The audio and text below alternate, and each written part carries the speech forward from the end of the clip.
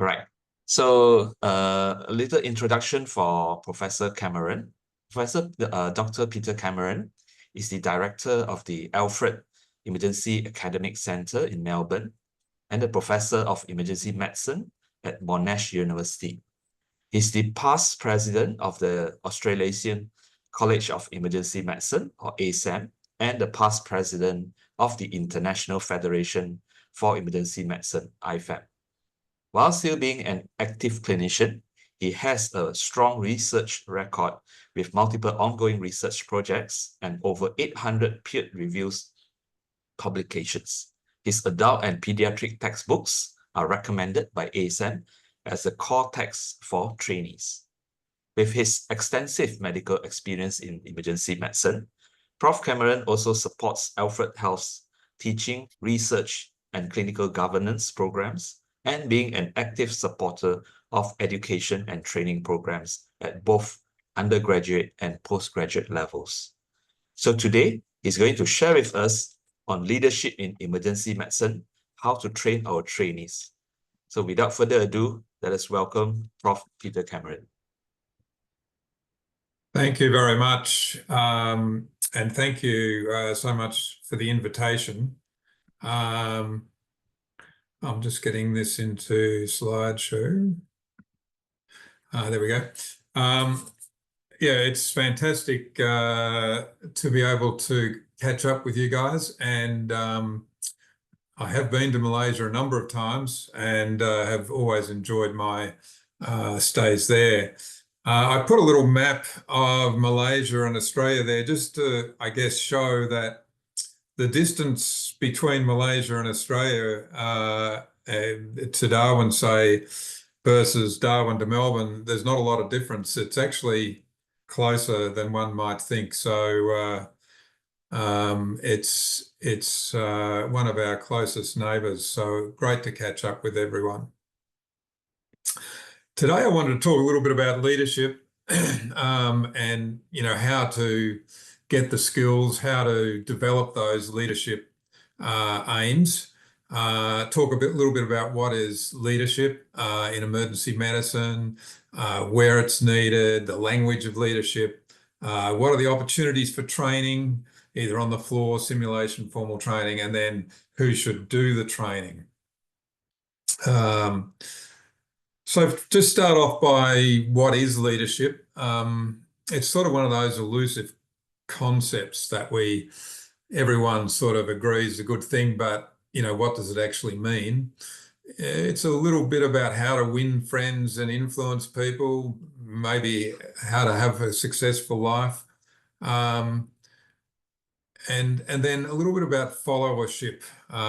We'll talk a little bit about that as we go through, but clearly not everyone is going to have a leadership title, but all of us are going to be part of a team where followership ensures the success of the team. So the two concepts are intimately interrelated. So I think we'd all agree that someone like Gandhi was a great leader.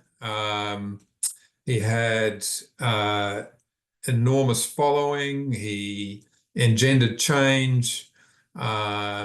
He was loved by the people, and everything about him oozed leadership. But what is it about a person like that that makes them a great leader? And in our sort of small world of the emergency department, is it the director that's the leader? Or is it the director that's a facilitator? There's leadership in different areas. So leadership on the floor that we do every day as the consultant in charge, leadership in research, teaching. Then there's this sort of elusive concept of cultural leadership where even though someone might not be the director of the department or whatever, somehow or another they seem to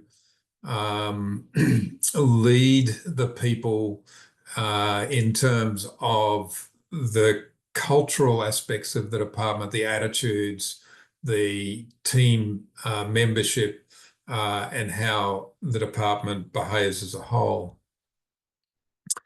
We've all seen examples of bad leadership, and you'll have many yourself, but there's the sort of dominant bullying type, and there's the passive weak type, and then there's the ineffective people who say they're going to do things but never get anything done. And then there's the sort of micromanager, the person who has a team of people who are quite competent but can't actually let go enough for those people to do their job properly. And then there's people who are so aloof and so disconnected that they can't communicate with their troops.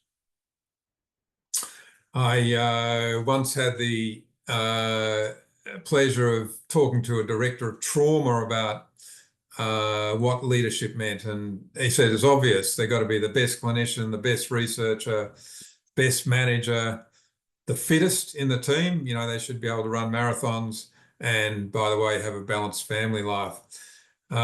This style of leadership, which many of us would aspire to, is not really possible in real life. And at any one time, we may tick one of those boxes, but we can't maintain all of those elements as a clinical leader all the time. Leadership, going up the leadership ladder can be lonely, especially when you have to make unpopular decisions. Sometimes, despite friendships, you have to performance manage people or encourage people to do better. And sometimes you have to go against your friends to enable the department to function. So it can be lonely, and people often find that hard. What's the difference between management and leadership? Managers are responsible for getting things done, and usually through other people or the processes of realising organisational objectives through people and other resources. Leadership, on the other hand, being a leader or the ability to be a leader in an organisation, leadership is stated as the process of social influence in which one person can enlist the aid and support of others in the accomplishment of a common task. And, when you're the consultant on in the ED or the director or whatever it is, this is you're using, if you like, your social influence to get the other people to do the best they can. So the functions of management are planning, organising, commanding, coordinating, motivating, controlling, whereas the qualities of leadership are a little bit more blurred, elusive. So got to have a clear vision, have innovative ideas to solve problems, quick sense and response to change, and a positive self-image, because that is translated to your troops. So when you talk about leadership styles, there's many articles about this, but in my mind, there's sort of three sort of big groups of leadership style. One is the autocratic style. The next is a democratic style. And then there's this laissez-faire leadership style. If you're talking about autocratic, this is sort of where the boss says, you're going to do this. They make all the decisions without consulting. It's good in certain circumstances, such as urgent tasks or military actions. You wouldn't want the general of a army going around consulting everyone whilst they were getting attacked, in the same way that you wouldn't want a person in charge of resuscitation going around and consulting everyone before moving on to the ABC. So it's sort of There are certain circumstances where autocratic, protocolized leadership is important, but in general terms, it leads to a low level of employee motivation and often poor decisions. The democratic style, which I think most of us would be familiar with, encourages the employees to participate in the decision making. It's more persuasive and consultative, and better decisions are made and improved employee motivation. The disadvantage is, as we've said, in sort of urgent situations, it can delay decisions and result in long consultations. And the last one, the laissez-faire one, is where basically you let the troops sort things out themselves, and you very light-handed leadership style. It can result in a bit of a mess, and certainly in a place like the emergency department where you need a very controlled environment, it can lead to many disadvantages. Sorry, where it's sometimes useful is where you're looking at new processes, innovative ideas, and you let, if you like, the masses come up with ideas, and then you capitalize on those. And the classic example people use is like Google or one of these tech companies. So if you look at the comparisons of leadership style, the autocratic, the concentration of power is with the manager, the decision-making is by the manager, and the communication flow is top-down. Democratic leadership shared between manager employees, decision-making by manager employees, and it's a two-way communication flow. And the free rein is with the employees, minimal supervision, decision-making by employees, and communication is widespread and free for all. So, as we've said, the factors affecting leadership style, obviously the task at hand, it can, there can be traditions within an organisation. Some are very bureaucratic and autocratic. The type of labour force, obviously a educated professional group will expect a different style to, say, a labour orientated workplace. The leader's personality, some leaders have difficulty with a democratic style, and how much time you got. And some people even suggested that gender plays a part. Inevitably, most clinician leaders get stuck on function. We have to deal with our day-to-day problems, and there's patients queued up at triage, there's that, and very rarely do we get a chance to demonstrate true leadership. There's a lot of skills that are needed in leadership, and these are not taught well during our residency, and often even not taught well once we get into our consultant role. The ability to set the agenda, to develop goals, mission statements, etc. This must be positive. Strategic planning, strengths, weaknesses, opportunity and threats, sustainability, what works long term, the ability to negotiate. And one of the things that's not well appreciated by clinicians is the language. We often go to administrators and we expect them to understand immediately what we're talking about around what we need for our department or whatever, but we haven't actually put it in a framework that administrators will understand, or business people. Team building is a critical component of being a leader, and delegation. This is one of the areas where I think most most of my colleagues have the most trouble is delegating. So we all want to control everything with that, have that sort of personality, but being able to delegate to specialist staff, to nurses and ancillary staff, so that the right people are doing the right level of activity.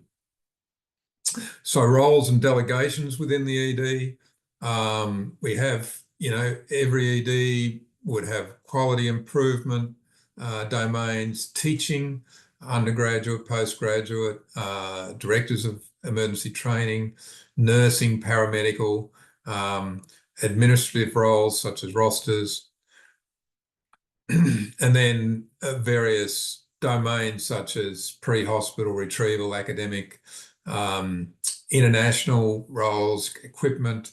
So all these require leadership. They require both management and leadership.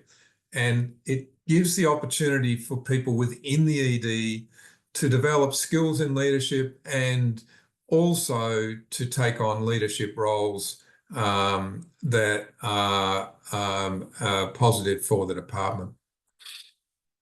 There's other leadership roles that are non-medical, like the nurse manager, the allied health, clerical, information technology. And even when there's no other emergency physicians and you're a sole operator or a doctor with a couple of trainees, whatever, it's hard to think of yourself as a leader of a team, but actually you are a leader. There is lots of stuff going on in the ED, and what you need to be able to do, even in those small departments, is be able to work out what's important for you to do, whereas what's important for someone else, especially non-doctors, to do. So things like rosters, HR, equipment, teaching doesn't have to be done by you, and developing a team, even of non-doctors, requires a lot of leadership. And most importantly, no matter what size the department is, having a good personal assistant or executive assistant, so that you don't have to deal with all the day-to-day humdrum stuff, but you have time to provide leadership for the department. And where you are operating by yourself and there aren't other colleagues to bounce ideas off and so forth, make use of older guys from other specialties, especially for mentorship. And obviously make sure you go to the right meetings that you need to go to, and we'll talk a little bit about that. One of the important roles as a leader, a clinical leader, is managing up. Most doctors have no idea about the administrative structure of their hospital and how to access the board, the CEO, or even their divisional structures. If you can't lead a department or a unit without having an idea about the divisional structures, it's tedious, but you need to know how to navigate that. Make sure you're well represented. Make sure even if you can't go, other people within the department can go, so that your department can have access to those people. Make sure also you know who within your organisation is important. Spend some time working out who are the influencers and people who will make a difference within the organisation. One of the things that I've learned over the years, even as a researcher, is that you can research something very carefully. You can come up with a lot of data, but one case study, one patient story is worth many data points. So it's good to have the data and it's good to show data, but make sure that you also have a patient story to demonstrate whatever it is that you're trying to influence. And the other thing is, where possible, have a public profile. And most people sort of shy away from public relations, but the PR department should be your friend. And if your department has a positive image in the community, then any number of disasters will be forgiven. But if the only thing the community hears is bad things, then when another bad thing happens, it won't go down very well. Whereas if the general view in the community is that it's a great department, it's doing good things, and you have a slip up, then that will be forgiven. So there's some basic skills that are necessary, no matter what leadership position you're in. We'll just run through a few of those. And these are all skills that we should get a chance to enhance once we take on leadership positions. So meetings. I think many first-time directors or leaders find that they can have virtually their whole day taken up with meetings. And we need to work out which are the important meetings. And we also need to work out how to run meetings and how to manipulate meetings to our end. So one of the most important things, I think, is making sure that meetings run on time. So like today, you want to start on time. This is basic politeness to the people who come to the meeting. If you always start 10 minutes late, people always come 10 minutes late and you waste half the time you've got available. Make sure there's a purpose to the meeting and make sure everyone's aware of the purpose to the meeting. If there is no purpose, then the meeting should be stopped. And again, what happens over time is meetings often, they happen each week or each month, and actually the purpose of the meeting gets lost. So it's good to revise those in the terms of reference. Always anticipate problems and make sure you got the right people, and make sure that what comes out of the meeting isn't action items rather than just passive minutes of what someone said. And my view is that you shouldn't really start a meeting without knowing how it will end, i.e., you need to prepare for the meeting and you need to know what is the likely outcome from that meeting. This is just saying that my son is where they store all the minutes of all the last meetings. There are so many minutes of meetings that no one reads.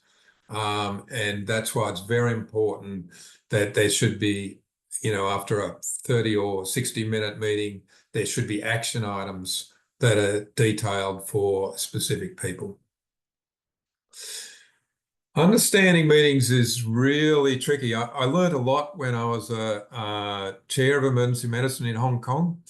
The Asian way of running meetings is very different to the American way of running meetings.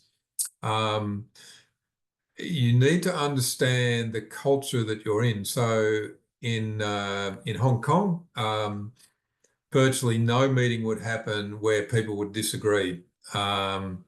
Whereas in the US, that's part of the fun of it. You sit around a table and you argue with each other and metaphorically beat each other up, and then hopefully come to an answer. In Hong Kong, you basically decide beforehand what the meeting is about. You speak to all the people, you come to an agreement, and the meeting is about consensus as opposed to conflict. And it's, I actually think the Asian way of doing it is probably a more productive use of time. There's a lot of skills needed in HR, and I think many new ED directors and leaders find this difficult. Knowing how to hire new people, knowing how how good people are? Do you use the resumes, the interviews? Do you use your personal contacts? There's a lot of information about this which you need to think about. To be honest, I still find personal recommendation by someone I trust the best metric for hiring new people. But obviously, people have got to meet certain criteria to get certain positions. Interviews are problematic, and certainly people can perform well in interviews and be hopeless in the position. So usually it's a matter of triangulating data, but again, giving some thought to it, having an approach to hiring is very important. Professionalism and ethics is incredibly important, both your own and in terms of the potential candidates for your team. Culture, feminism, maintaining balance or gender balance or race balance. These are all things that you need to think about and have policies about and be very much across. How to do reviews and appraisals are important elements, and keeping track of team members. It is interesting when you work at a place for a long time, you suddenly realise that there's someone you haven't heard from for a while. Hopefully they're not the skeleton in the closet. But it is important to keep track of people, and that's where annual performance reviews and the like can help, just to make sure you don't lose track of people. One of the biggest difficulties and one of the most unpopular things is where people aren't living up to your expectations. Pendleton, as of noon today, your services will no longer be required. Meanwhile, keep up the good work. It's not uncommon for people over time, for various reasons, whether it be family or personal problems, for their performance to deteriorate over time. And it's a matter of how you deal with that. I mean, sacking someone is never pleasant and should be unusual. But making people aware of the fact that you care about them and looking at their work and how you can help and what you can do to assist in improving their performance, those skills, again, require quite a lot of work. This is an area where I have very strong belief. I think for clinical leaders, it's very important to be part of the clinical team. So you should be able to get your hands dirty on the floor. You should be able to be involved in the team. And if you don't, if the clinicians don't see you as part of the team, I think it makes it very difficult as a clinician leader. So my belief is that even if it's, in inverted commas, almost tokenistic, I think getting your hands dirty as part of the clinical team is an important part of being a clinical leader. Communication is something that, again, it seems obvious. You've got to be able to talk to the team and so forth. But when you've got 100, 200 people in your team, how do you communicate? Do you do it by email, which is fairly formal? Phone? People get a bit worried when you ring them up. I'm the director and I'm here to tell you. Do you have a regular coffee with people? Do you keep your door open and allow people to come in when they feel like it, which can interrupt your day? There are, times and places for everything. It is great if you can have informal conversations with people, even if they're only for a couple of minutes, just to get a feel for what they're thinking and where they're going. and people do appreciate the open door. There was a director that I knew once who his approach was like if someone came up to him in the corridor and said, "Oh, I've got a problem, you know, this, that, and that's happening," he'd say, "Don't want to speak to you, make an appointment with my secretary, and you might get an appointment in 2 weeks' time." He would never speak to people informally.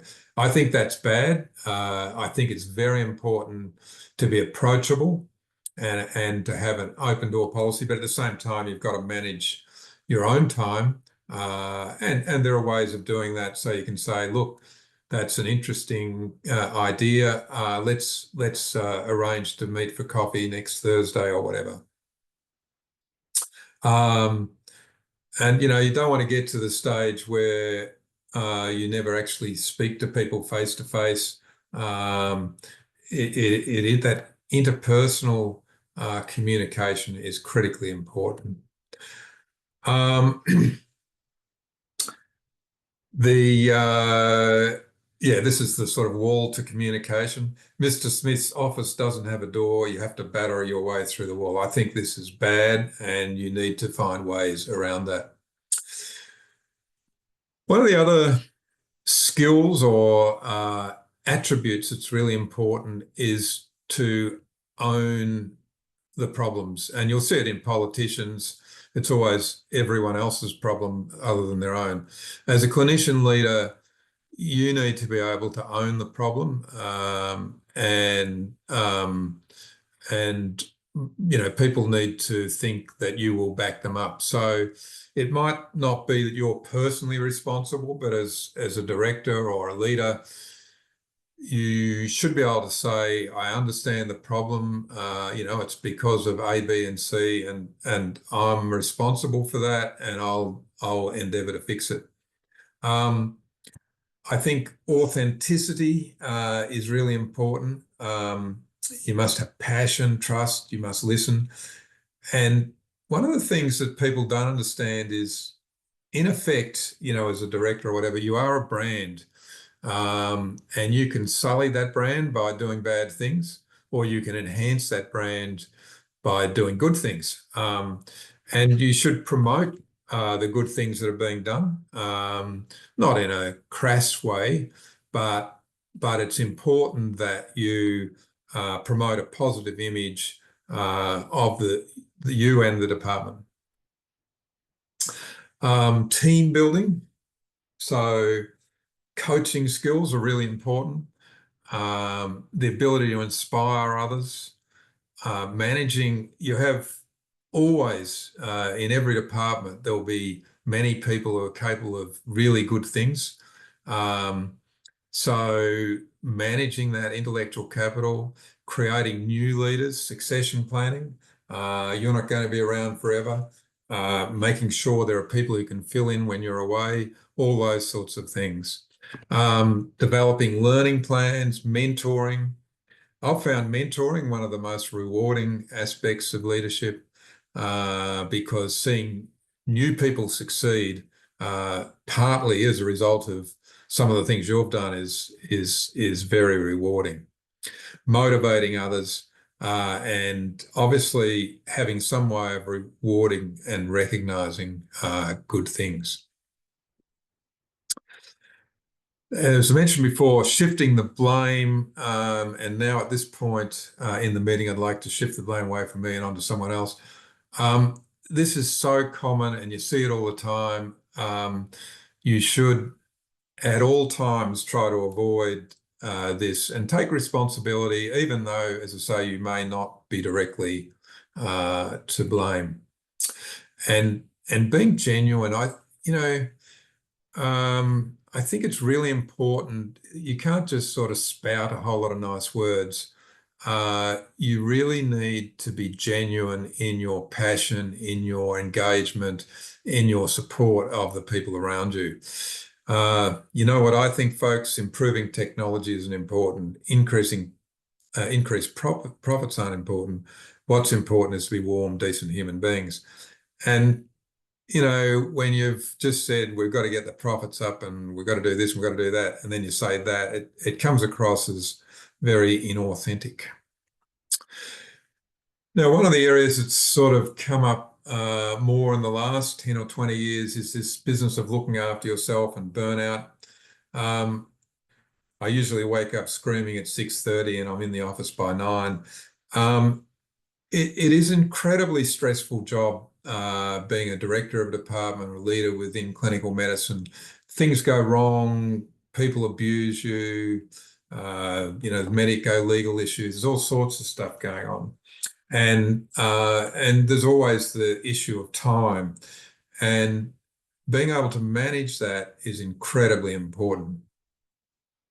Other issues, a lot of the time as leaders, we want to change things. We might want to bring in a new way of triaging. We might want to change our computer system, whatever it is. It's the ability to manage change is a skill in itself. And there are courses you can do on this, but it's worth so many times in clinical medicine, we make a massive change, like even shifting into a new department or whatever, and we don't really dissect out how we're going to manage that change. As a result, a lot of our changes don't actually work very well. So it's not you, Rob, it's just that things are moving a little too fast. And ethics and culture, I'd like to think everyone was ethical and perfect. None of us are. But we must try to walk the walk and do what we would expect our colleagues to do in terms of ethical behaviour. So there's some of the skills that need to be taught, some of the concepts that need to be discussed. How do you go about doing it, in a very tight course like EM, where most courses are 3 or 4 years. In Australia, they're 5 or 6 years. How do you get those sort of concepts across during training? And then when we're flat out to get even basic things across, like how to intubate someone or how to manipulate a fracture, these sort of more conceptual skills or soft skills, we don't really have a lot of time for during our emergency medicine training. Some people do MBAs, and honestly, I think they're good for people who want to go up the administrative ladder. I'm not sure how good they are for the average ED director or a person in a leadership role within the ED. But nevertheless, it is an option, and a lot of the concepts that we've spoken about, like how to run meetings or how to develop proposals or coaching, mentorship, all these sorts of concepts are touched on in MBAs. But a lot of it is about corporate speak, which may or may not be useful in a day-to-day fashion. But there are opportunities during training, and we should make use of those.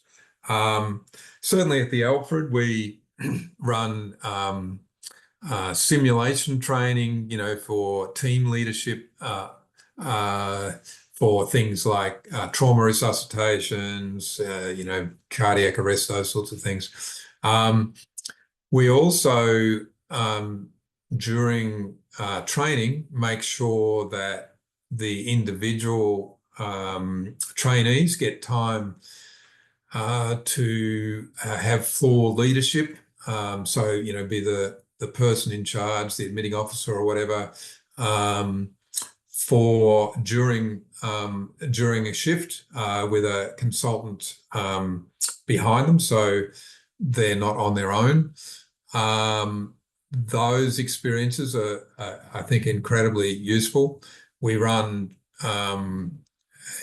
also many courses, for an hour or two for the trainees, just to get an idea about what's involved in on-floor leadership.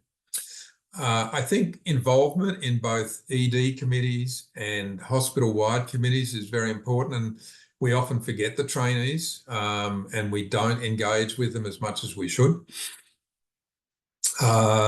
for these committees, because they're very important. And then there's specific intensive training through leadership courses. And one of the courses we run is in Prato, so if anyone's interested, let me know. And that's a face-to-face leadership course where we have a small group of 20 people in a place just near Florence in Italy, and we spend a week going over the sorts of topics that I've discussed in this talk. And then there are online courses that we also run and other people run, which is like a 6-month online course in clinical leadership and management, which goes through a lot of the basic concepts that we've been talking about. This is a bit of a commitment, but at the same time, it gives more structure to and makes it more formal, as opposed to just reading a few articles about leadership, but less intense than doing an MBA. So I think it's crazy for someone to take up a leadership position without some training, in much the same way you wouldn't expect an emergency physician to take on resus or trauma without some formal training.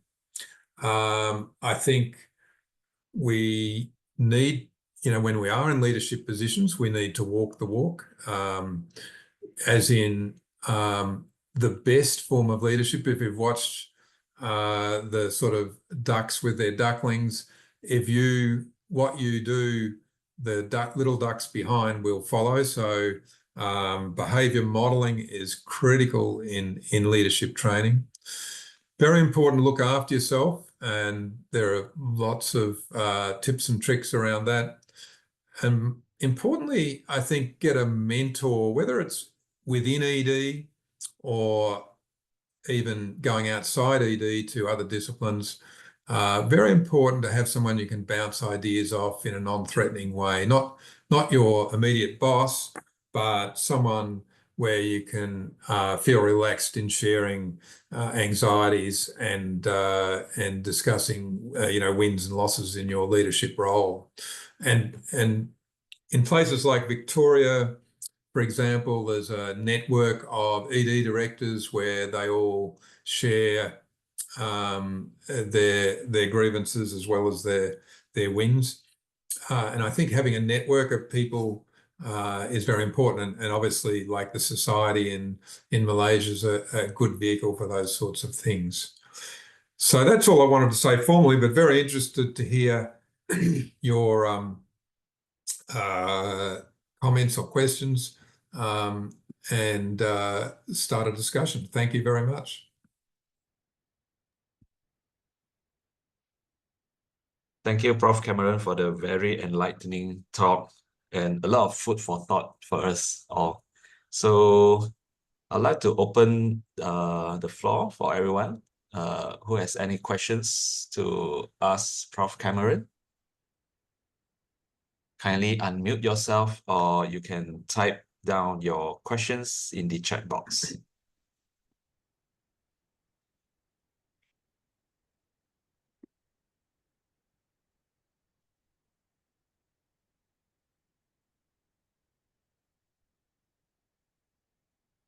All right, perhaps I'll get the ball rolling.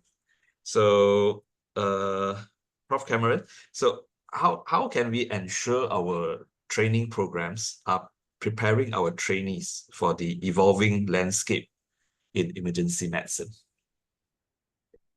Yeah, I think we're all struggling with this. I mean, when I started in emergency medicine, which is too long ago to remember, it was very different. There was many departments didn't have specialist physicians. Training program was fairly laissez-faire, and the expectations, I guess, were low in inverted commas.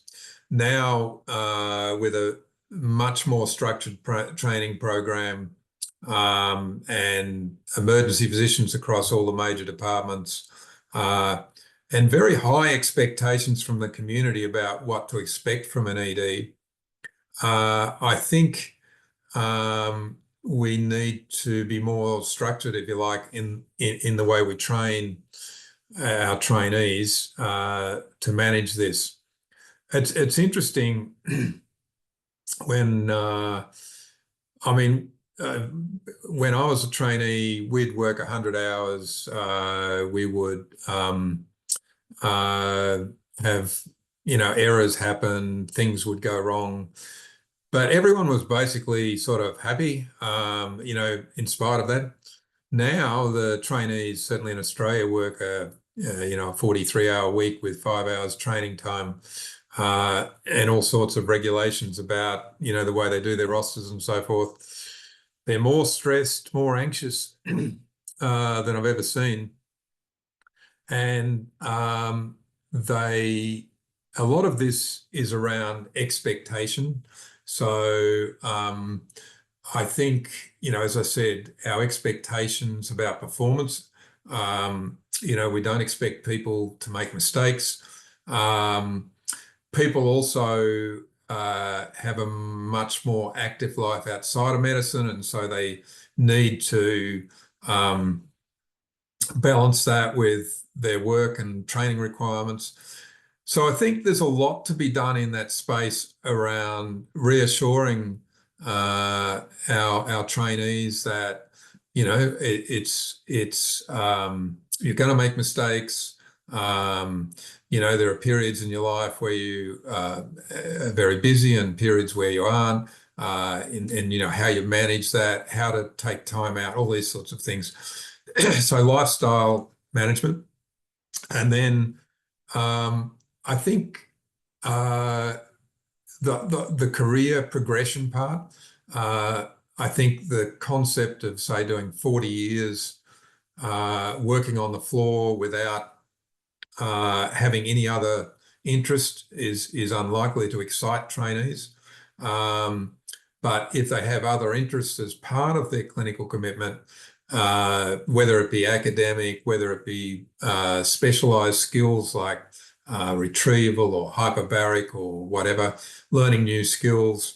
So it's having a career progression where they can see that they're not just sort of tied to the millstone for the rest of their life.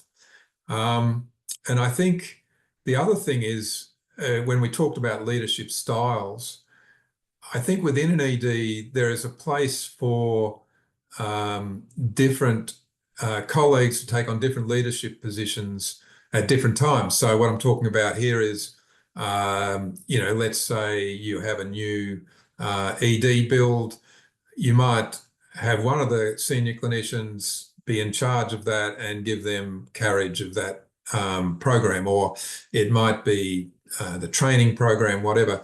But there are so many aspects of what we do. If the director does everything, then and doesn't delegate that to very skilled people, A, they're missing out on the intellectual capital, but B, they're actually disenfranchising and demotivating their troops. So delegation is very important so that we don't burn out ourselves, right? Yeah, well, that leads into that concept of fellowship, which I didn't really go into, but within a team, everyone thinks it's the director or whoever's the most important, but actually, when you I don't know whether you've done reviews of emergency departments or visited various emergency departments. There will be a culture within that emergency department that's evident as soon as you walk into that area, you know. And if there's one guy there who sort of takes charge of everything and the rest of them just follow along like sheep, that will inevitably fall over. It's very important that you make use of the people and the skills within that ED, and bringing that out is part of good leadership. But also, there's a responsibility on the followers to make sure that they, if you like, assist the leader or the director to make sure that they get the most out of the team.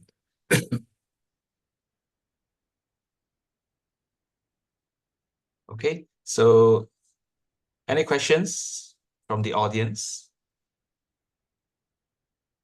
Just from my perspective, at the moment within your training program, what do you have any formal training for leadership? For our training, we are 4-year training for emergency residency. So leadership training is part of the training as well, but then it's sort of like informal training, I suppose, not a structured type of training. So basically, it will depend on the candidates themselves to pick up bits and pieces from their consultants and learn from day-to-day practice. One of the things the Australian College does is it has workplace-based assessments, which include being in charge on the floor, for example, and those assessments have to be done before you can sit the final exam. So that's a sort of a simple way, I guess, of ensuring that at least some of that's thought about. But I think it's probably more important at a local level, you know, if you're the director of department or director of training, to make sure that the trainees get some exposure either at a committee level or you know, within the ED, even to be part of the consultants meeting. So it's important that they get exposure, I think, during the training, and certainly in that immediate post-fellowship period. Yeah. So we do put them in the role of a team leader during resuscitations, so that we as specialists and consultants, we will take a step back and look at how they perform. So if they can't, they are stuck in midway, then we will step in and assist them on the resuscitations. Yes. Yeah. Yeah, no, that's good. I think the more exposure they can get in a safe environment, in inverted commas, the better. But I mean, obviously they have to, and it's good. That's where I think the simulation, we do sort of in situ sims as well, to give them sort of like, if you like, safe exposure to those sort of roles. But yeah, it can be a bit anxiety provoking at times as the consultant. Yeah, simulations is also a new thing in Malaysia. I think for the recent five years maybe, we have been promoting simulations medicine. Then certain centers we have high fidelity mannequins, especially for the advanced life support, so to give the candidates a better feel on how to manage cardiac life supports cases. To be honest, yeah, the high fidelity is nice, but in reality, even just using a medical student or whatever, you know, just to go through the processes, I think is very useful. Sometimes we get caught up in sort of trying to make it too lifelike, in inverted commas. I think it's more important that they get the exposure to the processes than the fidelity of the simulation. Yep.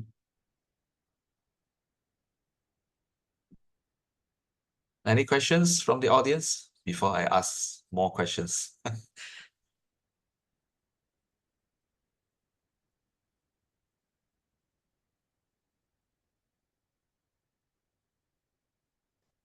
All Very right. quiet bunch.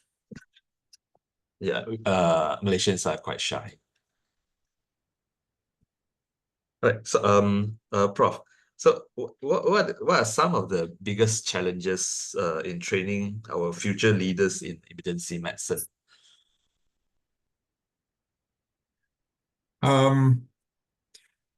Yeah, in terms of challenges, as I said, I think you know, if you look at our training programs,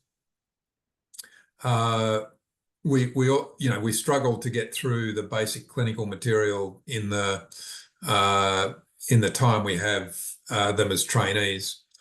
And to be honest, you know, you know, apart from sort of basic exposure, as we've mentioned, you know, with simulation or on floor mentorship, going beyond that is, I think,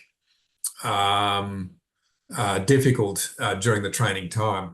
And that's where I think, you know, once they've finished their fellowship training, it's not a bad time to talk about how they take up leadership positions and what leadership positions are available. As I said, it's not necessarily being director of the department. It might be, you know, the training director for the hospital or whatever. So getting them involved at that level, I think, is good, and being able to mentor them.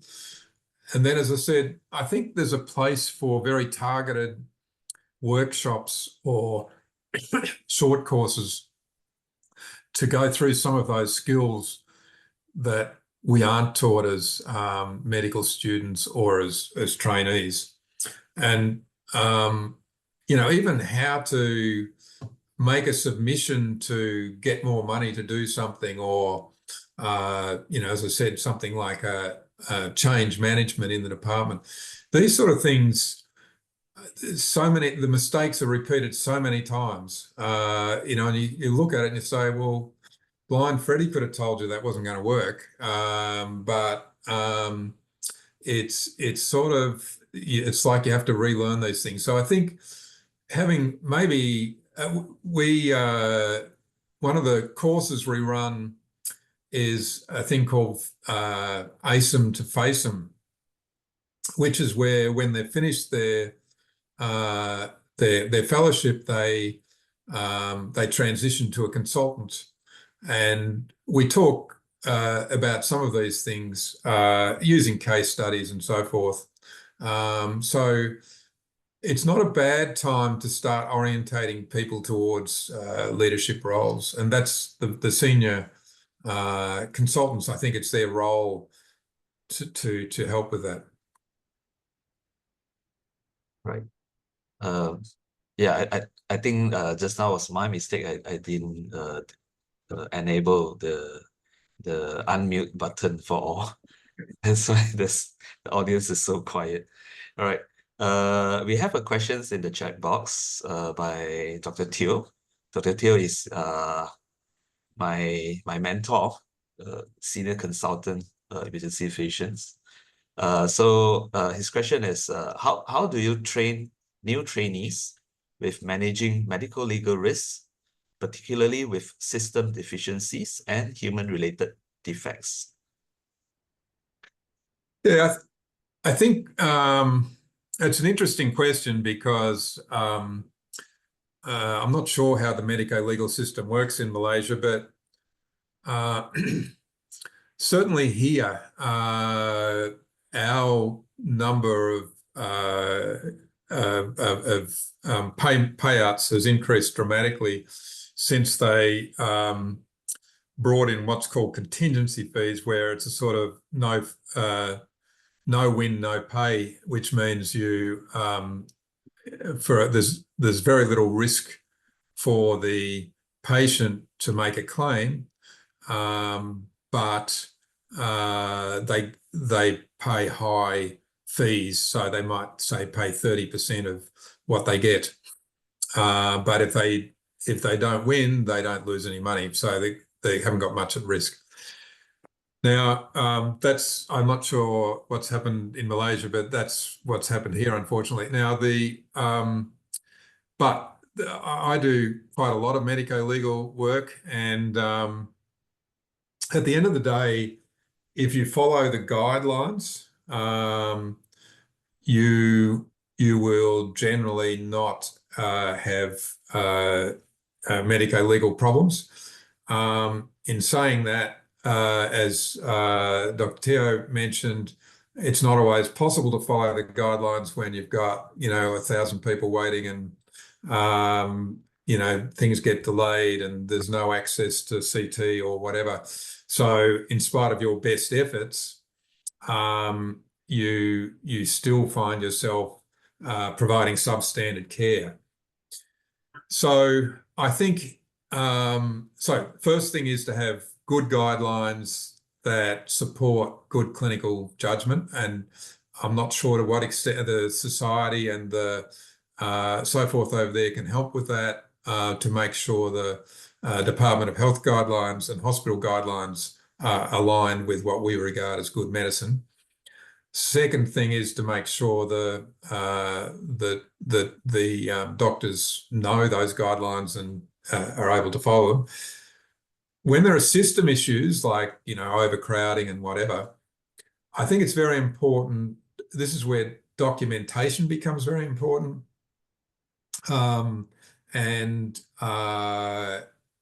So quite often what happens is, someone has a delay in their CT or whatever, and then they have a stroke and they miss out on their thrombolysis, whatever it is.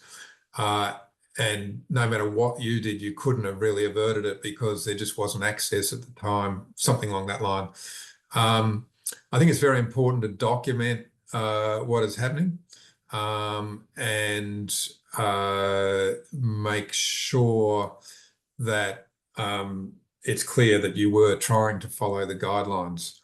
And I think the other thing is when you're the physician in charge, and you've got a lot of juniors, making sure that you physically review the patients if you can, and again, documenting that.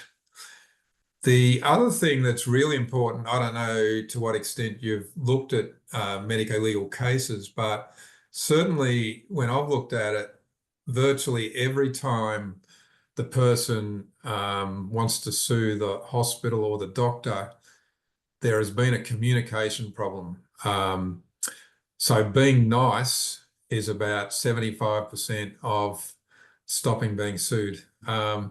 So establishing a good communication with the patient and their relatives, making sure they're aware of why you're doing the things you're doing, even explaining to them why there is a delay, if there is a delay, but being polite and respectful. If you sort of disrespect someone and say, you're a hopeless, homeless person that I disrespect, but don't say it in those words, but give that impression, they're not going to have a lot of time for you when it comes to the court case. So documentation is very important. Yeah. And communication. A lot of us, we did a lot, but we document very little. Right. So any of you want to unmute yourself? You can unmute yourself now and ask questions. I think I'll allow the last 1 or 2 questions.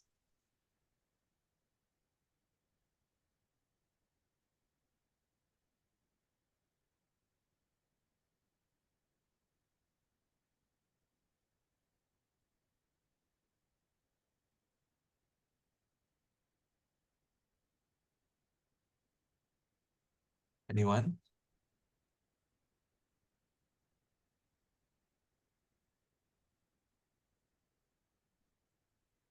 I think that's about it. So thank you once again, Prof. Cameron, for spending your precious time to share with us on leadership. So now we know leadership, we have 3 different styles. So need to juggle between the autocratic, democratic, and also the free reign. And try to delegate your tasks. Don't hold everything to yourself. Have a good PA and develop the important skills. And perhaps considering to take up a MBA or take up Prof. Cameron's course in the Alfred. All right, so before we end our sessions, kindly switch on your video so that we can take a group photo.